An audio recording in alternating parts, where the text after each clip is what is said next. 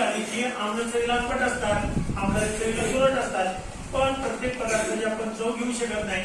मग एखाद्या पदार्थामध्ये आम्ल आहे की आम्लारी आहे हे कसं ओळखायचं, तर त्यासाठी आपण दर्शकांचा उपयोग करतो.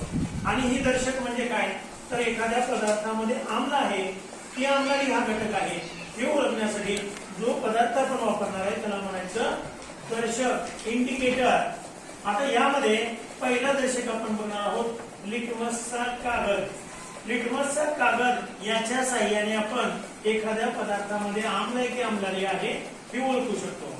लिटमस कागद किंवा लिटमस हा दर्शक नैसर्गिक दर्शक आहे. कोणत्या प्रकारचा आहे, नैसर्गिक प्रकारचा दर्शक आहे.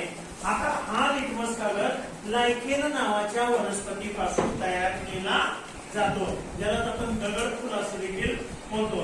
लायकेन नावाच्या वनस्पतीपासून परीक्षेमध्ये रिकाम्या जागेसाठी प्रश्न येऊ शकतो. लिटमस कागद टिंबटिंब वनस्पतीपासून मिळवतात, लायकेन नावाच्या वनस्पतीपासून मिळवतात. आता हे लिटमस कागद दोन रंगाचे, त्यामध्ये एक आहे तांबडा, तांबडा लिटमसचा कागद आणि दुसरा आहे निळा लिटमसचा कागद.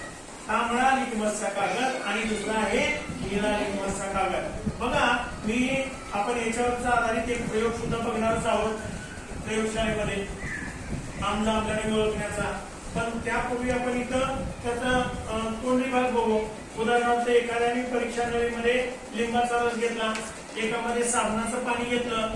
आता मी तांबडा लिटमस कागद आहे, तांबडा लिटमस कागद मी जर लिंबाच्या रसामध्ये बुडवला तर तो तांबडा आहे असाच राहतो. जर हा लिटमस तांबडा लिटमस कागद मी साबणाच्या पाण्यामध्ये बुडवला तर मात्र त्या तांबड्या लिटमसच्या कागदाचा रंग निळा होतो. आता एक गोष्ट लक्षात आली, साबणाच्या पाण्यामध्ये तांबडा लिटमस कागद कसा होतो, निळा होतो. आता निळ्या रंगाचा लिटमस कागद घेतला, तो साबणाच्या पाण्यात बुडवला तर तो निळाच्या निळाच राहतो. आणि दुसरा निळा लिटमस कागद घेतला, तो लिंबाच्या रसामध्ये बुडवला, आता मात्र तो निळा लिटमस कसा झाला, तांबडा झाला. कसा झाला, म्हणजे आपल्याला दोन गोष्टी लक्षात आल्या. निळा लिटमस कागद लिंबाच्या रसामध्ये घातला असता तांबडा झाला. म्हणजे आपल्या लक्षात आलं की ह्या लिंबाच्या रसामध्ये आम्ल आहे. काय आहे, म्हणजे लिटमस कागदावरून पेस्ट कशी घ्यायची लक्षात आली.